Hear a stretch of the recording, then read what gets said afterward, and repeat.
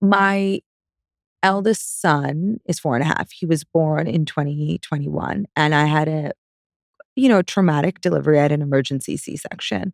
And both my husband and I were really, I don't think we realized how tough it was, but it was really tough. I've always seen in my older one, he's a very serious little 4.5-year-old. He's very intellectual, he's emotional, but he's serious and he is always seeking emotional validation. And so somebody told me, she said to me, Devyani, she said, your son feels saddened by the way he entered this world. Wow. And she said to me, one thing you can do to make him, it's subconscious, right? He's saddened by how he entered the world that he feels like he disappointed you and his dad. Wow. Can you? I have makes the me wanna cry. chills. Yeah. I have the So chills. she said the thing that you can do to help him is tell him that I am so thankful for the day you were born. And say it to him whenever you get a chance. And I say that to him almost every single day. And every single day I see the way he lightens up. Because at his soul level, I am helping him heal. That is not in your control, my sweetheart. Welcome to Into the Woo, a modern guide to ancient healing and all things woo. Whether you're woo skeptical or woo curious, you're in the right place. Together, we'll explore spiritual practices, mystical traditions, and natural medicine that bring more healing, purpose, and joy into your life. I'm your host, Ariana Cleo, a conduit on your grief to joy journey. Each week, I'll sit down with founders, healers, and familiar faces and explore their coming out woo journey and the healing modality that transformed their life. I know that if you are enraged by the woo, that is only telling me one thing, that you have deep healing to do, and you actually need the woo the most. Let the magic begin.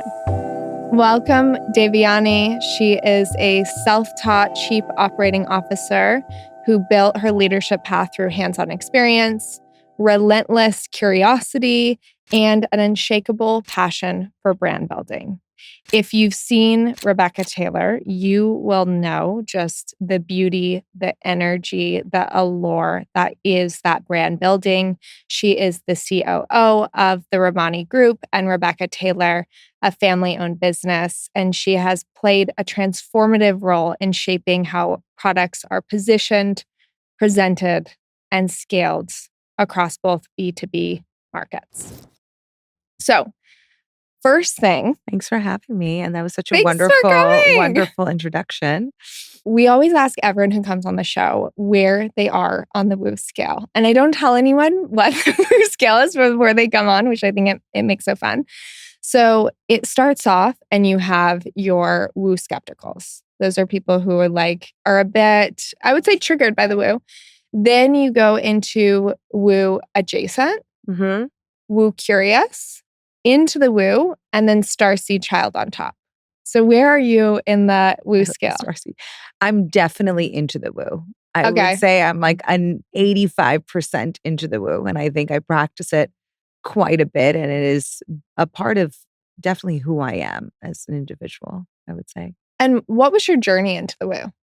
I'll start off by saying, and I think we briefly talked about this, like, what is the woo, right? What is the interpretation of that? And I think what I grew up with was that the woo was basically ancestral learnings that were taught generation from generation. And sometimes through that, you don't really know until you practice it, right? It's this this practice that your great grandmother did, and then my grandmother did it, and then my mother did it. And unless you are willing to believe, you're skeptical, right? And I think that is a big part of the woo and what it actually means today. The way I was taught it was through my mother. As an immigrant child in a South Asian, home remedies, energy healing, belief in spiritual healing, acupuncture, Ayurveda, all these things were actually practices of every day in my household. And I think as little as my now oldest son, probably 4, is when I can remember getting, ear infection. And my mom saying to me, okay, we're going to put an entire garlic clove in your ear. Obviously. And I'm like, I remember being like, what? And guess what? It worked. Yeah. Small home remedies that started to become actual rituals and practices that now I practice often. And I think that was part of healing, right? And then there was also the mental healing, the process of getting older, understanding yourself, understanding your own energy and your own emotional energy. And another little story that I like to share that I think till today is so pivotal to me was I remember something had happened in school and I had come home and I was telling my mom, and she was like, you know what? We're going to write this down and you're going to burn it and let it go. I love that she did that. And Such an empowering thing as I was a probably woman. like 6 or 7. And I was like, why am I burning it? And she said, because you need to let it go. It isn't going to define your day. I still remember that it was the action of just like writing it down, getting out of my system, and then seeing it burn into literal dust made me think, okay, this doesn't really matter in the bigger picture of that day. No. Probably, I definitely didn't articulate it that way at that age.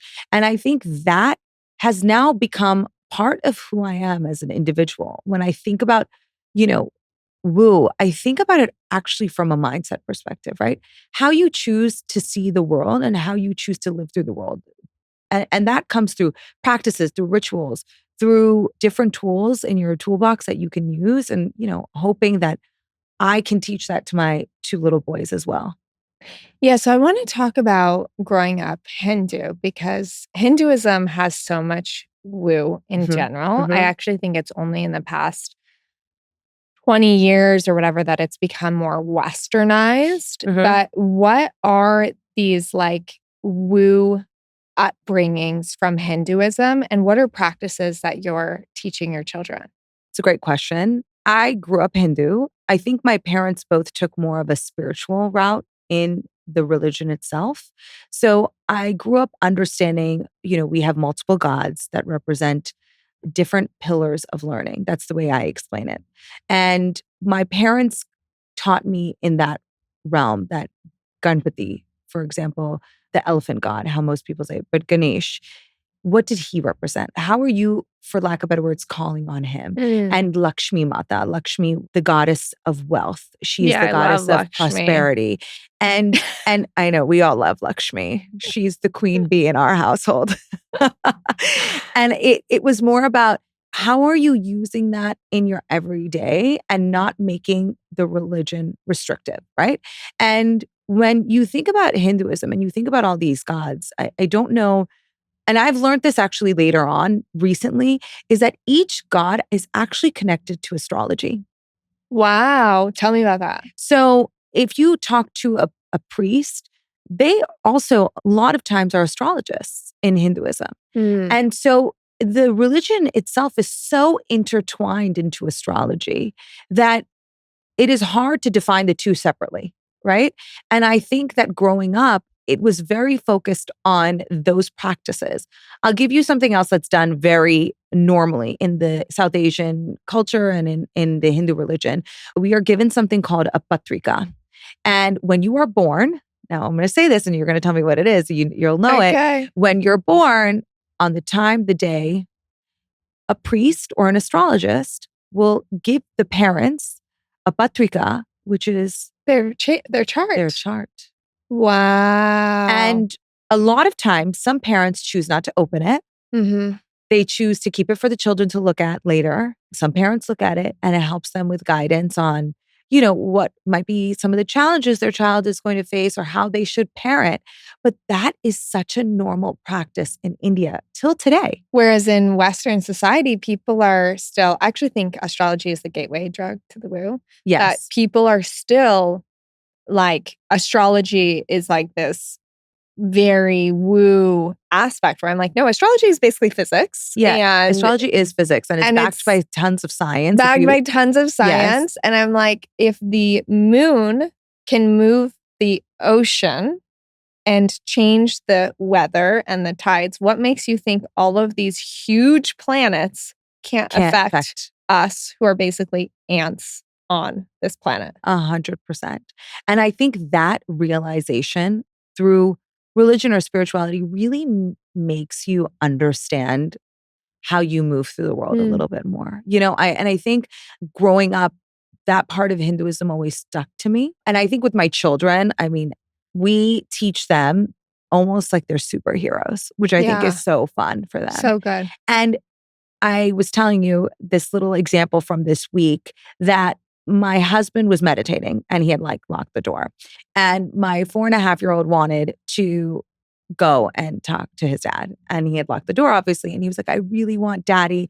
And I'm like, well, daddy is meditating. And I was getting his little brother ready. And he comes into the bathroom and he goes, Mommy, believe it or not, I called on JJ, which is what he calls God. Yeah. And he said, I called on JJ and I said, JJ, and he said, I closed my eyes. I said, JJ, please, if you're listening, open the door. I want to talk to my daddy.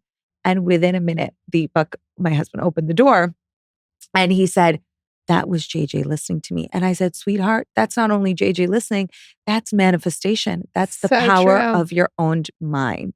And I think if you relate those two, it's so impactful at a young age, because I hope to teach my children that their mind is a tool that is so powerful that if you are using it in a positive light to really try and change any situation, anything is possible. You know what I love about you is that you are so integrative with your own woo practice and your children. And so many people ask me, how do you teach your children woo things, or how do you integrate in them? And I just do what I'm going to do. And if they want to sit and join, they can sit and join. 100%. And so, yeah, tell me what practices you're doing with your kids. Well, I agree with you. I think, the little that I know of parenting so far is that I'm learning every day, is that they just watch you. They are always inspired by you. You are their biggest guiding light. So whatever you are doing, they are going to think is right until they're taught differently, right? Yeah. And so in our house, all these practices are very normal. So I'll give you an example. If I'm drinking cacao, my kids are drinking cacao. And we do it at night to calm down our systems, to relax, and to help them with going to bed. We listen to some Sanskrit chanting in the morning, which helps us as an entire family go through the getting ready for school, the going through breakfast, what I have seen much calmer. Well, in all religions and all spiritual practices on the planet, there is chanting because our voices actually can realign our chakra. Like you were in a sound bowl meditation, the chanting realigns your body and balances your energy. Yeah. I think when they're so little, if you're impacting them at this age, they won't really know any different, right? So true. So I think for them, since they've been little, we've been listening to this chanting. Since they've been little, we meditate. Sometimes the door is open and they come and sit with us and they'll say, you're meditating. And my 2.5-year-old will close his eyes for 2 seconds and breathe out of his nose and say, I meditated, and leave. But that in itself counts. The fact that he has the awareness of what that means. I just went to my 4-year-old, his name is Ari's, like art school presentation yesterday. And they've started to journal in school. Wow. And they journal every Monday. And I was looking at his journal and he was writing what he did on the weekend and how he felt. And I journal. And he was like doing it in school. So this morning I said to him, hey, Ari, do you want mommy to get you a journal? So when I journal, do you want to journal with me? And maybe when we're waiting for the subway or we're at a restaurant, like, do you want to be able to journal and just draw? He said, yeah, I want to be able to journal when you journal, mommy. Just small things. Small things. And I think, these rituals come in the most non-profound ways, right? Like growing up, my mom would do these rituals. My mom would, practice. My mom now practices fascia healing. But it's just, normal. Like it's like you're walking around. My mom's like, okay, I'm going to give you a turmeric and water. And I'm like, is she doing the like skin fascia? She does skin fascia. Wow. She does it on my children. I love that. And they say to me, my grandma's going to do this for me. We do oiling of the hair. We do oiling in the belly buttons to help with the digestive system. And they started that really young. And a lot of those practices, my mother does them with them. And they love it because they feel like they're being taken care of. And these are small tools that we can talk to them about. I talk about the digestive system. I talk about how you need to eat warming foods in the winter, how you need to eat liquid foods in the winter. And that is part of Ayurveda. But instead of calling it Ayurveda to them, I'm just explaining to them how that helps them with digesting, that helps them in the winter to keep their body warm. So I think what I'm doing so far with my children is incorporating them in something that I believe in and is so instilled in, the grain of who I am that I don't think it's overthought, right? Yeah. And they just use it. It's really interesting to see. I mean, I'm excited to see how they're going to use it when they're teenagers. I want to hear more about your mother's spiritual practices. I think, so much of religion is rooted in the patriarchy and is this very rigid, male-dominated culture. But in the root of it is actually this spiritual practice that I think a lot of it comes from women and is passed down through women. Yes. So I want to hear more about your mother's spiritual practices and those rituals that she instilled in you. Yes. My mother is the reason why I am who I am, without question. Let's be grateful for your mother. I'm so Let's thank grateful your to mother. her. I think what my mother did for me when I was younger was show me that I can truly be whoever I want to be. First of all, I think, and then that came from a lot of work she did on herself. And then how she used that into practices into our life. So in our house, she would do everything possible to make sure that I was quote unquote healed at home. So literally, it would be me in the kitchen with her. She would be like, okay, you're not feeling good.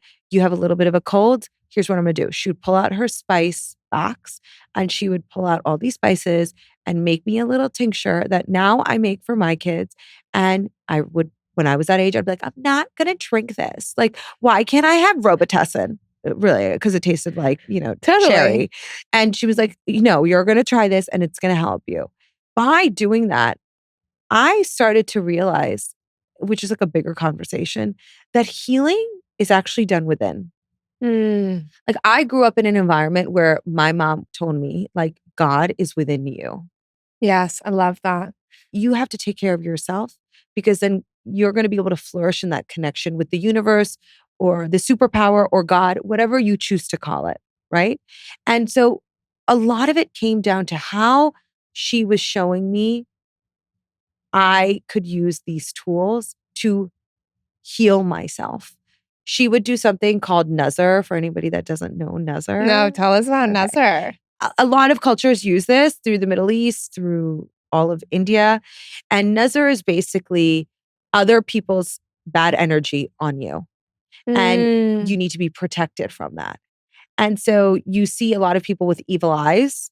Yes. That's another way of protecting you from other people's energy, jealousy. So my mom would do something at home. She still does it. And she does it with my kids. And she's going to be like, I can't believe you're saying this on a podcast. But she takes a shoe and she takes the shoe and says something. And she says basically nobody's bad energy in our language. She said nobody's bad energy should come upon you. And she takes the shoe and she puts it up and down 3 times and she hits it on the ground. So like the energy should go away. She does it with me. She does it with my kids. She does it. Wait, can you say it? What she says? In your language. She says, Konachi drishta nai lagude, which is in my language, which is Marathi. I love that. Yeah. She's going to be like, you're crazy. So, my mom's going to be like, you're crazy. No, it's not that crazy. So I use black tourmaline, the crystal, to do the same thing. But most people think that you have to, we have crystals sitting right here, but most people think you actually have to hold the crystal. You don't have to hold the crystal. You visualize the crystal's energy around you and like a sponge, like sucking out that energy. Yes. Or you want to visualize, when you do it with crystals, selenite as like a sword, like cutting off all of those entities and those energies on you. That's quite interesting. Yeah. And I think that again, being young, I'd be like, this just doesn't make any sense what she's doing. But I think having belief is so important. So important. Right? Like something that you can't see, you can't see the energy in the shoe that she's like getting rid of. Yeah. But I think it's the belief of knowing that somebody that loves you so deeply is doing this for you. Is doing this spell to get rid of this bad energy. I mean, just take that at that level. She would make me do a lot of healing work mentally. I would come home from school and she'd be like, what happened? Okay, how can we work through this? She focused on how I spoke a lot. And so she would focus on how I was talking about myself. She would make sure we would go to India. My mom, then used to do colonics in India and I would be next to her. Wow, that is And so I remember, cool. I'm like, what is she doing? I was probably like 7 years old. And now that I get colonics, I'm like, she was doing a colonic. We believe in Ayurveda a lot in our house. So a lot of practices like don't drink water while you eat, don't eat, yogurt with fruit. Like Do you not eat onions and garlic? No, we do. We do. We You eat do? onions and Okay. garlic. I put onions on my kids' feet if they have a cold. I tell everyone that. So I'm willing to share. It's like the best thing to do. She taught me that. She taught me which I agree, whatever you're taking in the true spice form rather than in a pill form. A lot of things she learned from Ayurveda and her own healing practice that she has now taught me. And I think the beauty is when you go down any route of the woo or these ancestral learnings, you realize that they're all parallel, right? They're all the same, just coming from different languages, different countries, but it's the same consciousness. Yes. So if you choose to go the route of learning about Ayurveda, right, you're going to start learning about Ayurveda and you're going to start realizing that that is also connected to body healing. And then body healing is connected to energy and it keeps on going.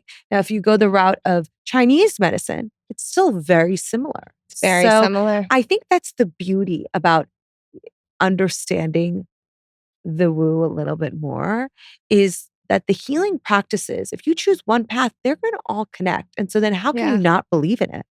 The synergy is there and it's just believing in it.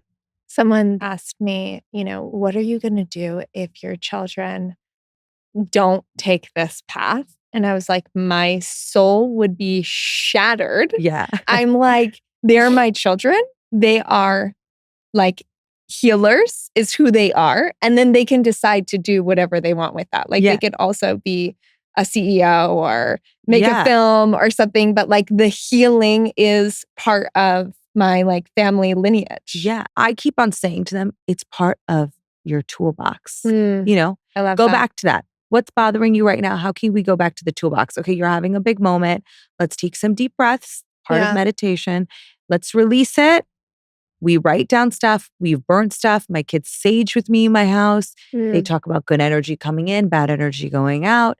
And so they're going to come back to it as a tool, right? And there's going to be ebb and flows through all of their, many, many years to come. This morning, to tell you a funny story, my husband wanted me to take a train here. And my son, Atticus, responded and goes, Mommy doesn't take trains because of the energy of the other people. She has to protect her energy. And you're like, he was like, valid reason. I was like, that's exactly why Mommy doesn't take the train. Yeah, that is the reason why. No other reason. What I love about you is I think you're also so unassumingly woo. Like on the exterior, you're just like this badass business leader. And I think a lot of people probably wouldn't know that you're woo. And what do you think, like for someone who meets you in this business context, what do you think would shock them about your woo life? A lot of the work is being done alone. For me to show up in the way that I do, being a business leader, you have so many things being thrown at you all the time. I think the one thing that I'm constantly learning is being even keeled is so important in leadership. Yeah. Right?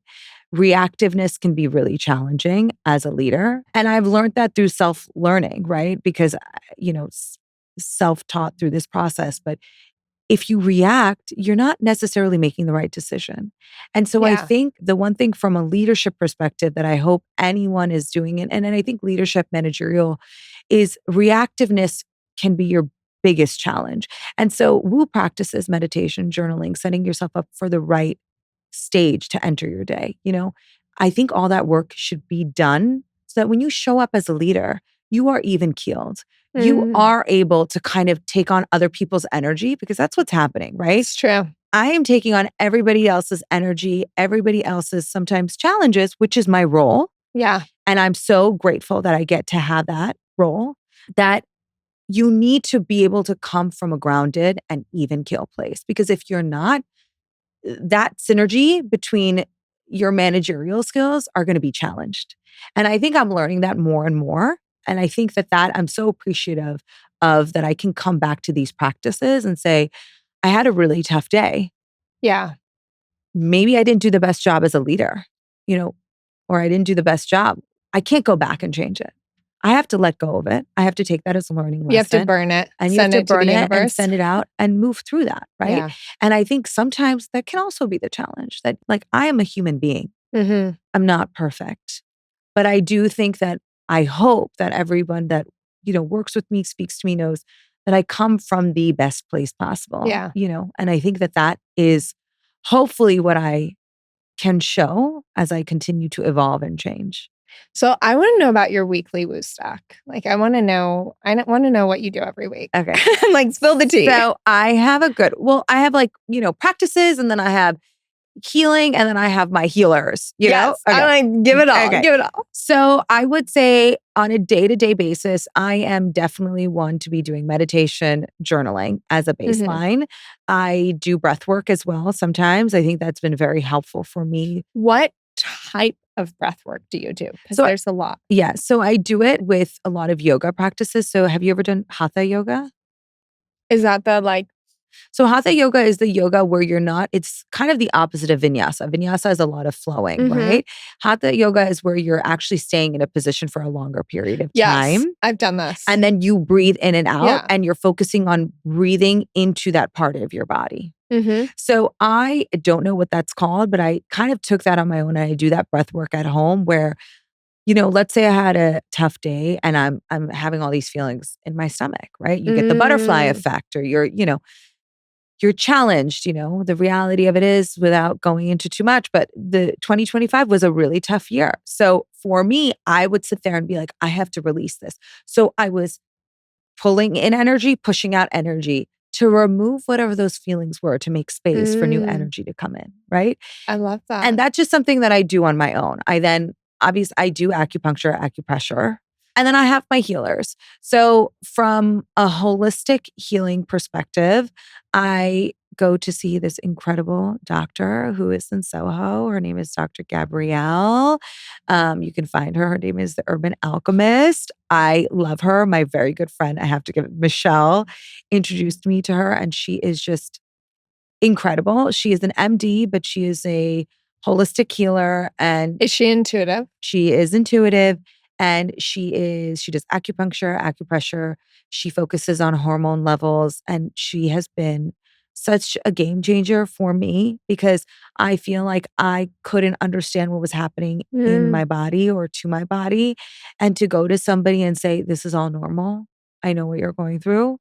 I'm going to help you through holistic healing practices was the biggest life-changing moment for me in 2025. Also to see someone who is a doctor, but who also is a bit of a psychic and who also does natural remedies.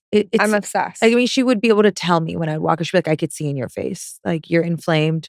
You look a little down. What's going on? Like, I'd walk into the room. She would look at my body and say, okay, your alignment is really off. I'm seeing you're holding tension in your left hip. What's going on? So I felt like that to me, and most women sometimes, I mean, in the modern medical system, sometimes they think that those conversations are not being talked about. Your hormone levels are not really being checked. Totally. And also people in Western medicine, which is the problem with Western medicine, they're not understanding the energetic component of emotion and where emotion and trauma is stored in the body.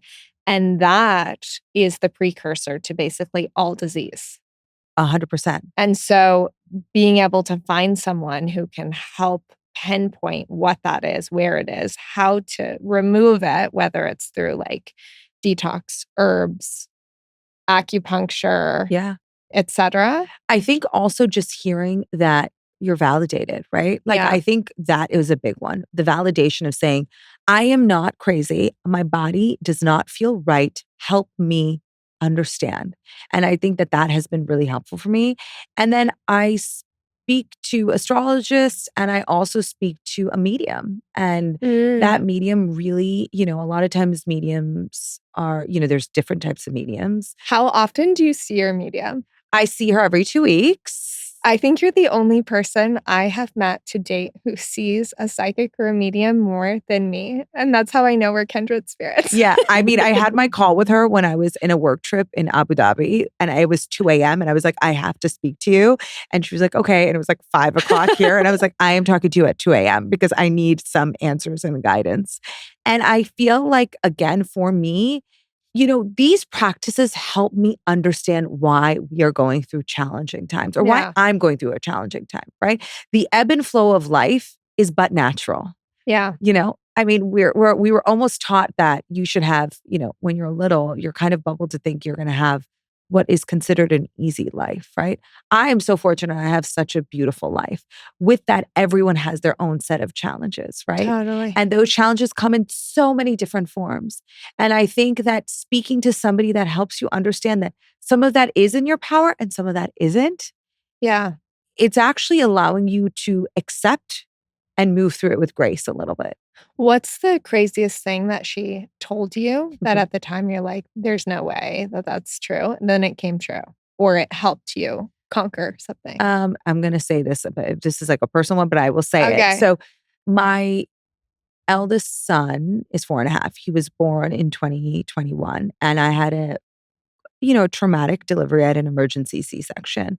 And both my husband and I were really, I don't think we realized how tough it was, but it was really tough. It was a very long birth. And, I've always seen in my older one, he's a very serious little 4.5-year-old.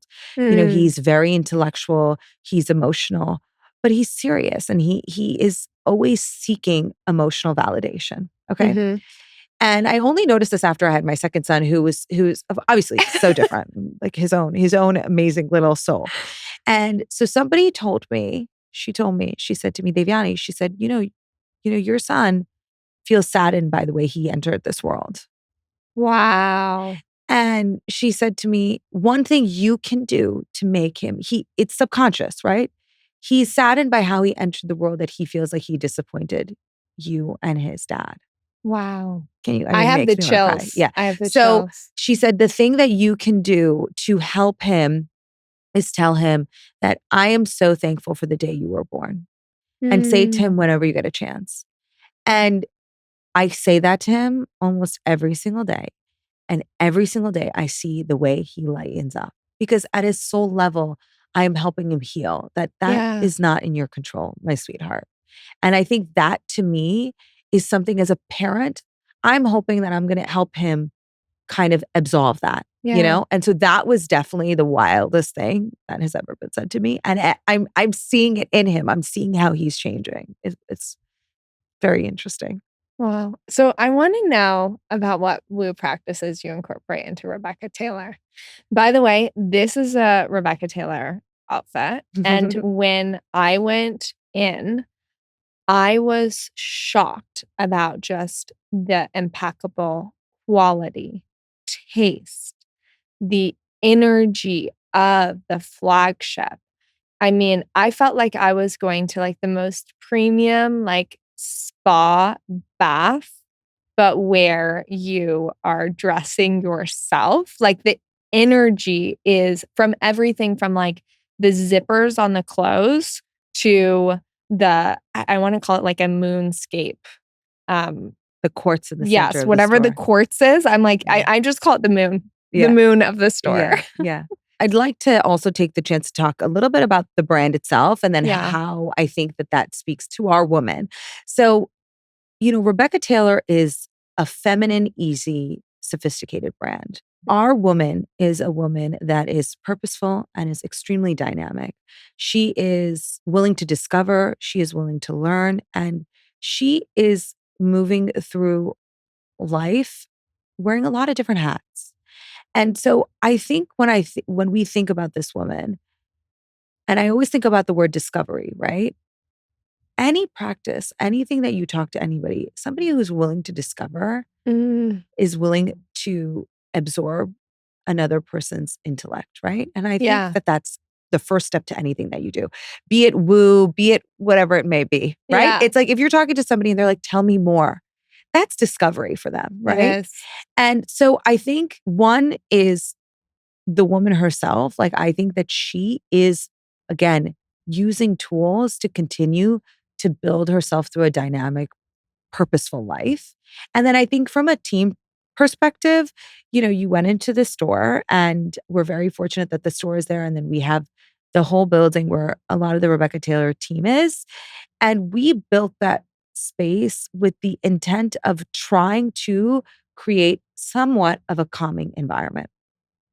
Fashion, for anybody that knows, Oh, fashion's a shit show. yeah, It is a shit show. and the last year has definitely not been easy with Yeah. all of the Tariffs and geopolitical issues. But I think that what we are trying to do is create a calming force around the team as much as we can, because the challenges are going to be there, right? And so we try to do that with environment. You went into the store, we used an incredible design team and interior decorating team called Limitless Designs that helped us take elements of earth, which is why that's that huge court piece in the center of the store. The moon.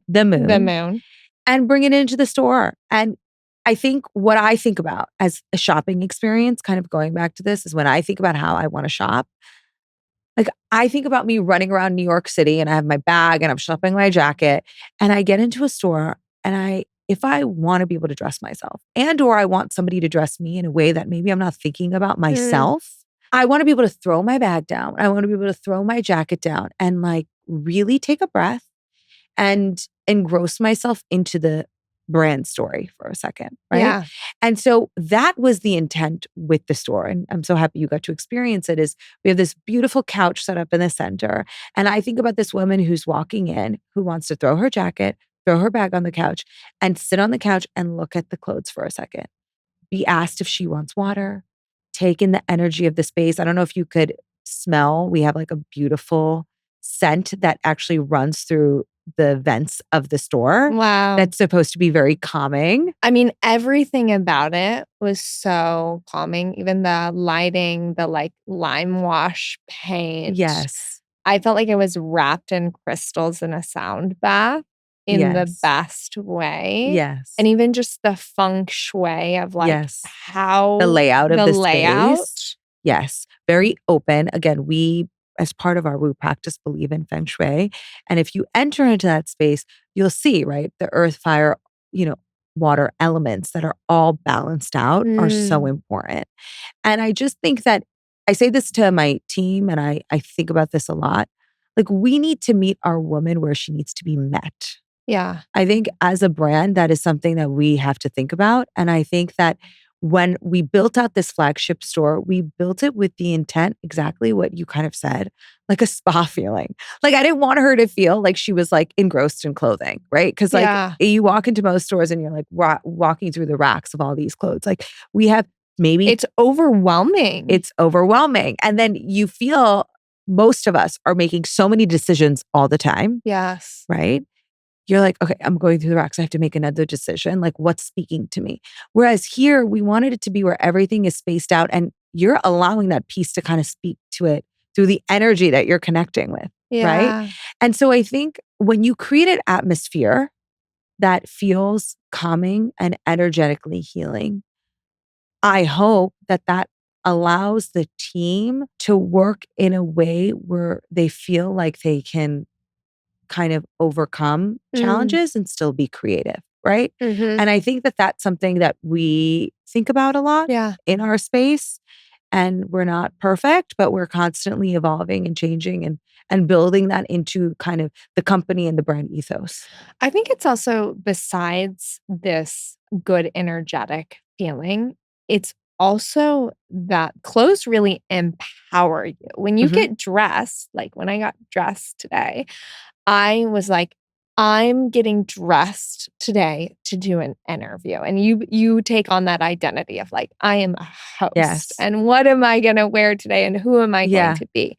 And so I want to talk about like how fashion and like physically what you put on your body creates a frequency in your life. Oh, wow. From the fabric itself to the intent behind the design, I think is so interconnected. I mean, it's something you're putting on top of your body, right? Yeah. So we both say this, and I 100% agree. I think clothing is part of your armor. When you walk into a room and people see you, they're seeing you dressed in the way you want to show up in that room. I believe, and I've always believed this since I was very little, it's not a dress to impress impression. Yeah. It's more dress to how you want to be thought of, how Mm. you want others to think of you. You know, and I think that that is what clothing does, right? Yeah. And you can be a lot of different people. You could be interviewing somebody and you, like you said, you went to drop off I before went to this. drop off before this. And so I actually had, you can't see it, I had this sheep sweater over the top with the floral pants. And my 4-year-old, he actually said, Mommy, I love this outfit. But I didn't want to get this top dirty because, the kids are like eating peanut butter and then On the way, yes. something happened. So I was like, okay, I was like, and it's also the fit, like the backing of it is. The smock backing of it makes it It feels like easy. I'm wearing pajama pants. Yeah, I'm not that's going to lie. Yeah. But it's like chic pajama pants where I could go to drop off and then switch my top. And next thing you know, I'm filming a show. But there you go. You're a dynamic woman. I'm basically the Rebecca Taylor You're basically, woman. and we want to be able to service you and Yeah. our woman in the way that she needs to be serviced. We're doing a lot of different things. And so I think, kind of going back to your question, I believe that clothing is part of the essence of how you want to be thought of in any environment or room you walk into. I'll give a perfect example. On the weekends, I wear Rebecca Taylor in a more casual way, right? I'm with my kids. I'm going to a playroom. I want them to see me and think, okay, mommy's going to roll on the ground with me and climb here and run around and play hide and seek. I want my kids to think that way about me. But if I was wearing a suit, they would say, okay, mommy is really dressed up. She's not going to want to be rolling on the ground and playing with paint. Yeah. But when we go out to dinner, I change. And my kids see that. And it is the funniest thing because now my almost 5-year-old, it's like, we're going to dinner. I'm changing. I want to wear something because I love the way that I can go from a mom who's going to tennis and going to karate and going to a play place and a birthday party to then saying, okay, we're going to a family dinner and I want to dress nice because I'm going to go have a nice glass of wine and I'm going to romanticize my life, right? And I want to feel good in my own life. And I want to feel good in my own life. So I want to change and I want to wear that beautiful sweater. I want to wear that beautiful blouse, even if it's with the same jeans from earlier in the day, but I want to feel that way because I want to romanticize my own life. And I think that that is something that is so important because it is empowering. It's right? very empowering. And so I think that that is where, when you think about clothing and you think about fashion, it actually is such an energy booster, right? Yes. And I think that that is what I hope everyone feels when they put on a piece of Rebecca Taylor, is they feel confident, they feel feminine, they feel like they're in their own energy, and they also feel like they're curious and they're evolving and they're changing, right? Yeah. That's what clothing should do. Fashion should make you get a little bit out of your comfort zone, but still a little bit in your comfort zone, right? Like, totally. And I think that that is what makes me smile in what I do, Yeah. And what I love about you is you have such strength in your persona and who you are and the energy you embody. And I think in contrast, most people assume that if you're woo, you are starfishing on the grass, like looking at the clouds, and not this like powerful boss energy and like building this incredible business. How are you like integrating the woo into that boss energy? So I think when you think about quote unquote boss energy, right? Yeah. You think about power. When you think somebody who is in a senior leadership role, that they could be a little bit hard. They can be a little bit more or arrogant and have this ego. And they can have an ego. But I actually think that if you think about power as a way of self-trust, it changes it. So that again goes back to part of woo practice is understanding yourself a little bit more, right? Leadership role comes from self-trust. Self-trust in my belief, comes from understanding yourself better. Understanding yourself better comes from the work you're doing on forgiveness, going deeper into understand your soul purpose, going deeper into understand who you are, right? So Yeah. I feel like that's that one connection. And I feel like that brings softness into leadership, right? I don't think leadership should be focused in one way. I do think that probably in the time period that we grew up in, and also for most women who had to be in the work for, in that time period, you weren't able. I'm very fortunate that you weren't able to be soft. You weren't able to be soft. And to be honest, in a lot of corporate environments, probably still not the case. But I'm so fortunate. I do this with my husband. We're self-employed to the level that I hope that I can change that. And I want my team to be able to come and tell me, yes, I know these are the KPIs and I know these are the requirements, but these are the challenges I'm going through, and say, okay, let me think about it and let's come up with a strategy that helps everyone, right? Yeah.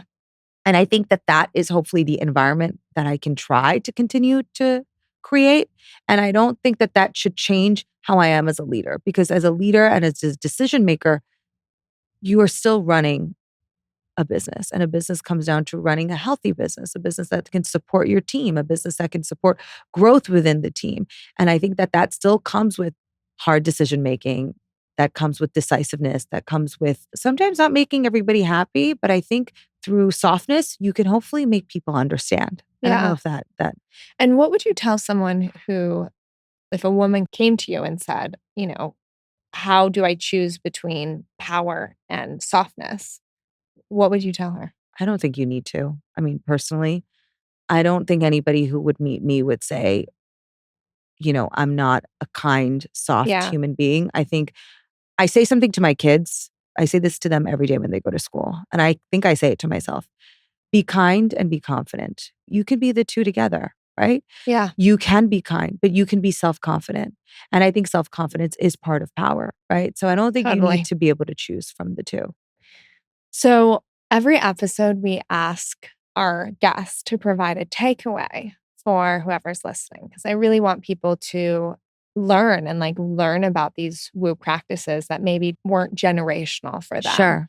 And I want to hear about your nightly forgiveness journaling. And maybe you can share that. Yeah. We're all making decisions, and sometimes we feel like we didn't make the right decision. And sometimes we feel like, did I upset this person, or whatever the case may be in your own life. And I was taught this when I was very little. And it goes back to my mom, who is definitely a very big pillar in my life. She made me, when I was younger, start writing, I forgive myself in a notebook, small thing. She'd be like, you got to let it go. And so I now, as a leader, as somebody who has to make hard decisions, I feel I need this forgiveness journaling. So what's the prompt? Yes. So there's two things. Okay. I first write, and this is what I start off with. I too am learning. I think that that's very important. Very important. The prompt is really, what did not serve you today? And what can you let go of? Because I think that everything that we're doing, first by setting the stage that I too am learning, is saying that, okay, Devyani, you're learning today. Today you had another set of challenges that came your way that maybe you did not have the answers to. Well, and I think that's so important, because in this day and age, we want everything so quickly, and we expect to be perfectionists at our career and to excel, or in motherhood or in relationships. And the reality of it is, we have our whole life to master these things. Yeah, and you're supposed to be challenged, and you're supposed to learn every single day. Like you said, I'm a mom for the first time.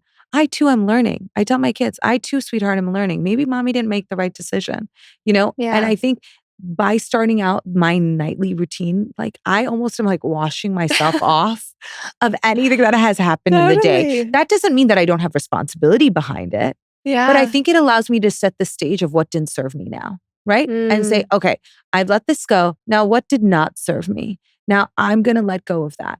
And now my morning practice is different, because my morning practice is, what do I want to walk into today?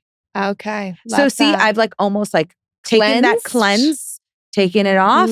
And then my morning practice is, and honestly, sometimes I do the morning practice on my way into work because, my kids, Yeah, I write it down. I'm on the train, I'm writing it down. But I think that then lets me say, you know what, maybe I didn't handle this properly. Let me reassess and re-engage. And I think that has really helped me as I'm growing, as an individual, as a leader, as a mother. I think that is something that I would really recommend everyone to say to themselves, like, I too am learning. I too am learning. I too am learning, sweetheart, I love that. And we're all just children. We're all just children. We're all just children. So I have a fun little speed round of questions for you. Okay. What's your human design? Okay. Can you guess? I think you're a manifester. I am a manifester. I am a very strong manifester. Me too. And it's a fun one to have. Yes, I believe in it. And I'm like, I look at my kids and I'm like, okay, let's use our mind. What do we want? You want this to happen? We're going to put it into the world. Sweet. But now we got to work towards it. What's your big three? My big three. I'm Cancer, Pisces, and Leo. The Leo is the interesting. The fire energy. Yes. What is one woo modality you won't touch? So, I don't know if I wouldn't touch anything, but the one that I haven't really done and I'm still a little shy and I wouldn't even say skeptical. I think it works, but I'm a little shy to try is past life regression. Really? Yeah. I don't know why. Okay. I really try to work on being in the present. Yes. And I know that it works. I have a lot of friends that do it. I have close family members that have done it. I know it works. I know it helps with healing. Well, okay. So the reason why past life regressions work is because there are entangled energy of this life and previous lives. So let's just say you and your husband were together in another life, but in a different relationship. Let's just say maybe he was your father in a different life or something like that. Yes. Then you heal the energy around the previous life to heal the energy around this present life. I've actually read a whole book on it. I just haven't delved. Your favorite products you can't live without? Okay, so two. I mean, I love Palo Santo, obviously. It's in my purses. I go to a hotel. I use Palo Santo. And then my favorite product is a saffron oil serum by a brand called Ranavat. Okay. It's made in India. It is incredible for your skin. It's all natural. Saffron is such an incredible healing property. So that's my one non-negotiable. Non-negotiable. I have it in a tiny one. I have it in I put it on my kids. It's amazing. Okay. I actually put saffron in my tea every day. Saffron in my tea is great. So I'm gonna need this. Now, if someone was woo curious and they wanted to know where to start, where would you recommend? I think, well, first, this podcast is a wonderful place to start. Oh, thank you. I do think podcasts in general will help you understand energy. Yeah. I still remember, and I go back to this, this is do you remember the movie Serendipity? I don't think I do. It took place in New York. It was oh my God, you have to watch it. Okay, but it's one, she's from LA, she comes and it's about their love story. But I still remember watching that in the 90s and being they're connected. They're soul connected. And I just feel when we even watch a documentary about how individuals kept on coming into one another's lives, that is soul connection. Totally. So I think it takes place everywhere, but I think your podcast is a great place. I think some type of guided meditation, even if it's a walking meditation, listening to that on the way to work, I think is very helpful to help you really just start digging a little deeper within yourself because those questions are going to arise naturally, I believe, right? Yeah. And then a retreat, if you are willing to take the next step. I am a huge retreat girl. Yes. I think retreats can really move the energy. A lot. So my very good friend, her name is Michelle D'Souza. She has a company. It's called Same Skin.